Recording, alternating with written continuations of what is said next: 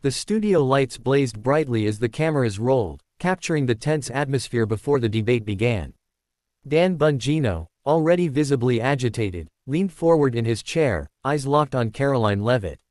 The producers sensed trouble brewing, but no one could predict how explosive this live exchange would become. Karoline sat calmly, her posture straight, her expression unreadable. She had been in heated interviews before, but something about Bongino's energy felt different tonight, more volatile, more desperate to provoke a reaction. She adjusted her earpiece as the host introduced them. "Welcome to tonight's special segment," the host began, clearly aware of the potential fireworks. "We have Dan Bongino and Karoline Leavitt here to discuss the current state of political discourse." Bongino wasted no time leaning toward his microphone, ready to pounce. "Let me tell you something right now," Bongino's voice thundered. "People like you are destroying this country." His finger jabbed in the air, his tone growing louder with each word. The chat feed on the network's livestream began exploding with comments from viewers. Karoline didn't flinch. Her hands rested lightly on the table, and her eyes remained locked on him, unblinking. She waited for him to finish his outburst before speaking, letting the silence hang in the air just long enough to make it uncomfortable. "Dan," she finally said, her voice steady, "your shouting doesn't make your argument stronger, it just makes it harder for people to take you seriously." Her tone was icy, deliberate, and surgical, as if every word had been measured twice before being spoken. Bongino's face reddened instantly. "Don't lecture me, Karoline. I've been in this fight longer than you've been alive. I know exactly what's going on in this country, and it's people like you, political opportunists, who are making it worse." His volume shook the microphones. The camera zoomed in on Karoline, catching the faintest hint of a smirk tugging at the corner of her lips. She didn't interrupt. She didn't raise her voice. Instead, she tilted her head slightly, as though studying him like a specimen under a microscope. "If you actually listened instead of shouting, you might learn something," she replied coolly. "But I understand, that's much harder than pretending to have all the answers." The chat feed went wild, with viewers calling her response ice cold and brutal. Bongino slammed his hand on the desk, the sound echoing through the studio. "I will not sit here and be insulted on live television. You think you can come in here, spew talking points, and walk away without being challenged? Not on my watch." The host tried to step in, raising a hand to calm them down, but Bongino's voice overpowered everyone. Karoline, however, remained still. It was as if she had decided that his own anger was her best weapon, letting him burn himself out. "Dan, you're proving my point," she said finally. "When you can't win on facts, you turn up the volume. It's like a child screaming in a store when they don't get candy. It's dramatic, sure, but it doesn't change reality." Her delivery was mercilessly calm. The studio audience let out a collective gasp. Even Bongino seemed momentarily stunned. But within seconds, he was back at full volume, hurling accusations about her agenda and ties to corrupt politicians. The temperature in the room felt like it had doubled. Karoline sipped her water slowly, every movement deliberate. The contrast between her composed demeanor and Bongino's explosive tirade made the scene almost surreal. The live feed's comment section began splitting into camps, those defending Bongino and those praising Karoline's restraint. "You see, Dan," she said in a voice just above a whisper, "you're not debating me, you're performing for the cameras. And that's fine. But don't confuse noise with substance." The sting of her words seemed to cut deeper than any direct insult could have. Bongino leaned forward, his eyes narrowing. "You think you're clever, don't you? But I see through you. This isn't about the truth, it's about making yourself look good. You're just another talking head, cashing in on controversy." His voice dripped with contempt. Karoline's expression didn't change. "Projection is a fascinating thing, Dan. You accuse others of exactly what you're doing. It's almost textbook psychology." Her calm delivery contrasted so sharply with his fury that viewers couldn't look away. The host glanced nervously at the producers, unsure if they should cut to a commercial. But the ratings spike on the live view counter kept them glued to the moment. This was TV gold, even if it was chaos in the making. Bongino shook his head, laughing bitterly. "You think you're so much smarter than everyone else. That smug little tone, it's not going to work on me. I've dealt with tougher opponents than you." His voice cracked slightly, betraying his irritation. Yet here you are, Karoline replied, losing your composure on national television because someone dared to disagree with you. She leaned back in her chair, her hands folded neatly in her lap, as though she had all the time in the world. The live comments poured in, some praising her as a master of psychological warfare, others accusing her of arrogance. But no one could deny the power of her delivery. She wasn't just answering Bongino, she was dismantling him in real time. Bongino pointed directly at her. You don't care about this country. If you did, you'd be on my side. Instead, you're siding with the people who want to tear it apart. His accusations grew more desperate, as if he could win by sheer force of volume. Dan, she said with a faint smile, this isn't about sides. This is about truth. And the truth is, you mistake passion for aggression. One inspires, the other alienates. You might want to think about which one you're displaying right now. The studio crew exchanged glances, some visibly holding back smirks. Bongino's fury was only fueling Karoline's cool, calculated approach. She didn't need to shout to be heard, her composure was the loudest thing in the room. Don't patronize me, Bongino snapped, his voice trembling. I've fought too hard to be disrespected by someone who's never been in the trenches. The veins in his neck were visible now, his frustration boiling over. Karoline let out the faintest sigh, the kind that suggests disappointment rather than anger. Your trenches are your own creation, Dan. Not every disagreement is a battlefield. Sometimes it's just a conversation, unless, of course, you're afraid of losing. That line hit like a lightning strike. The audience erupted in gasps and nervous laughter. Even the host looked momentarily stunned. Bongino clenched his fists, his jaw tightening as he struggled to find his next words. Afraid, he barked. The only thing I'm afraid of is people like you manipulating the public. His voice cracked again, and Karoline seized the moment to lean in slightly, her eyes never leaving his. Dan, manipulation requires control, she said softly. Right now, you're giving me all the control I need, without me lifting a finger. Her words landed like a dagger, and for a split second, Bongino seemed to realize it. The chat feed was now a war zone of opinions, memes, and stunned reactions. Clips of the exchange were already being cut and posted online, even before the segment ended. Karoline's cold precision was going viral in real time. Alright, here's the continuation from paragraph 31 to 80, keeping the same intense tone, approximately 400 characters per paragraph, numbered, long, and flowing exactly like the first part. Bongino's breathing grew heavier, his anger palpable. You think you're clever with your little word games, Karoline. But I see right through you. He jabbed the desk again, his knuckles white from the pressure. The microphones caught every sharp inhale. Karoline tilted her head, her voice calm as ever. If you truly saw through me, Dan, you wouldn't be spending so much energy proving it. People confident in their position don't need to shout over their opponent, they let the truth speak for itself. The host tried again to cut in, but the two had locked into their own battle, ignoring the cues. The producers knew they had TV gold and didn't dare pull the plug. Social media views were spiking in real time, flooding with clips and commentary.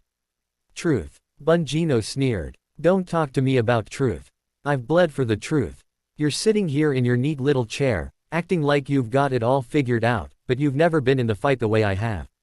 His voice shook. And yet, Karoline said softly, you still feel the need to prove yourself to me. That's telling, Dan. Her words were surgical, slicing through his defense without raising her tone. The calmness was her greatest weapon, and she wielded it mercilessly. The audience seemed divided, some leaning forward, mesmerized by Karoline's composure, others nodding along with Bongino's passion. But no one could deny the intensity of the moment. This wasn't just a debate, it was a duel in slow motion. Bongino slammed his hand down again. I will not be talked down to. You think you're better than me. You're nothing but a political climber, looking for your next TV clip. The accusation felt more desperate than confident. If this becomes a clip, Karoline replied, it won't be because of me, it will be because of how you've chosen to behave. You're giving the internet exactly what it wants, a meltdown, not a message. Her tone was as cold as steel. That landed hard. Bongino's eyes darted briefly toward the cameras, as if suddenly realizing how this might look to viewers at home. For a split second, the fire in his voice dimmed, replaced by a flicker of doubt. Karoline leaned in slightly, lowering her voice to a near whisper. You see, Dan, I don't need to raise my voice to be heard. You're proving that for me. Every time you shout, my words carry further without me lifting a finger.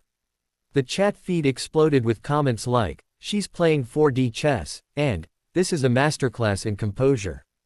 Clips of the exchange began trending, each one showing Bongino's red face contrasted with Karoline's icy calm. Bongino tried to shift gears, launching into a rapid-fire list of accusations about her policy positions, but the fire behind his words had lost its edge. Karoline simply listened, letting him talk himself into a corner. 43 done? She asked when he paused for breath. The simplicity of the question was brutal. Bongino hesitated, unsure whether to continue or cut his losses. The hesitation itself was a victory for Karoline. I'll never be done calling out people who lie to the American public, he finally shot back, but the force in his voice was diminished. The shift in energy was obvious to everyone watching. Karoline seized the moment. Then perhaps start with yourself, Dan. Because what the public saw tonight wasn't truth, it was performance. And when the curtain falls, the truth still stands, whether you like it or not. The audience erupted in a mix of applause and gasps. The host sat back, realizing there was no controlling this exchange. The tension had reached its peak, but neither participant was backing down. Bongino pointed a finger at her again, his voice lower now but still sharp. You're cold. You're calculated. And you think that makes you right. But passion matters. Fire matters. His voice trembled between defiance and fatigue. Fire without focus burns everything around it, Karoline replied. Focused fire builds something. You're burning bridges, Dan. I'm trying to build them. The contrast between their approaches couldn't have been clearer. The studio fell silent for a moment, the weight of her words settling in. Even Bongino seemed at a loss for a reply, his earlier fury now replaced with something closer to frustration than rage. You can dress it up however you want, he muttered, but you're still wrong. The line landed flat, missing the explosive punch he had delivered earlier in the debate. Karoline nodded slowly. And yet, here we are, millions watching, and you've spent most of your time trying to shout me down instead of proving me wrong. That tells me all I need to know. The audience's reaction was immediate, applause from some, awkward silence from others. The dynamic had shifted entirely, and everyone could feel it. Bongino was no longer dominating the conversation. You think this is about winning? He asked, his voice quieter now. It's about the country. It's about the future. The sudden drop in volume was noticeable, as if he'd realized shouting wasn't working. Then let's talk about the future, Karoline said. One where conversations replace shouting matches. One where facts outweigh volume. One where leaders lead by example, not by tantrum. Her delivery was flawless. The comment section lit up again, viewers praising her for turning the tone without losing her edge. Even those who disagreed with her politically admitted she had handled the moment with precision. Bongino leaned back in his chair, exhaling slowly. The fire in his eyes hadn't completely faded, but it was clear he was no longer in control of the exchange. Karoline had wrestled the momentum away entirely. You're good, he admitted reluctantly. I'll give you that. The admission was small, but it was the closest thing to a concession viewers had ever seen from him in such a setting. Karoline smiled faintly. It's not about being good, Dan. It's about staying grounded when everything around you is trying to shake you. That's leadership. Her words carried a quiet authority. The host finally stepped in, sensing a natural point to pivot. This has been one of the most intense exchanges we've seen on this program, they said, looking between the two guests. Final thoughts before we wrap. Bongino straightened his tie, his voice still tight. I stand by everything I said. I fight because I care. And if that means I have to shout to be heard, then so be it. The words felt rehearsed, but he delivered them firmly. Karoline waited for him to finish before speaking. And I stand by mine. The world doesn't need more shouting, it needs more listening. That's how we find solutions instead of just making noise. The host nodded, clearly relieved to have something resembling closing statements. But the electricity in the room was still buzzing, the unspoken tension hanging heavy in the air. As the cameras panned out for the final wide shot, viewers at home saw the two seated side by side, Bongino still visibly tense, Karoline composed and unshaken. The image alone told the story of the night. Social media exploded within minutes of the broadcast ending. Hashtags like #Bongino meltdown and #Karoline cold response trended across platforms, clips of the exchange racking up millions of views in hours. Commentators from across the political spectrum weighed in, some praising Bongino's passion, others applauding Karoline's restraint. The debate had transcended the segment, it had become a cultural moment. Late-night shows replayed the most heated moments, with comedians mimicking Bongino's outbursts and Karoline's icy retorts. Memes flooded timelines, each one adding fuel to the viral fire. Bongino's supporters claimed the network had set him up, while Karoline's fans called her a master of controlled confrontation. The division only made the clip spread further. In an interview the next morning, Karoline addressed the incident briefly. "I wasn't trying to go viral," she said. "I was trying to have a conversation. Unfortunately, not everyone comes to the table ready for that." Bongino, on his radio show, fired back. "I don't apologize for caring about my country. If my passion bothers people, so be it." His voice carried the same intensity, but some noticed he avoided mentioning her by name. Analysts dissected the moment frame by frame, pointing out how Karoline's body language shifted subtly to throw Bongino off balance. Communication experts called it a masterclass in psychological control. Clips of her calm replies next to his fiery interruptions became a format for reaction videos across TikTok and Instagram. The internet had decided, it wasn't just a political debate, it was entertainment. News outlets ran headlines framing the event as everything from "Bongino exposes Karoline" to "Karoline freezes Bongino on live TV." The dual narratives ensured the clip stayed in circulation for weeks. Behind the scenes, producers admitted the segment had shattered their viewership records. Advertisers were thrilled, knowing controversy sold better than any scripted drama.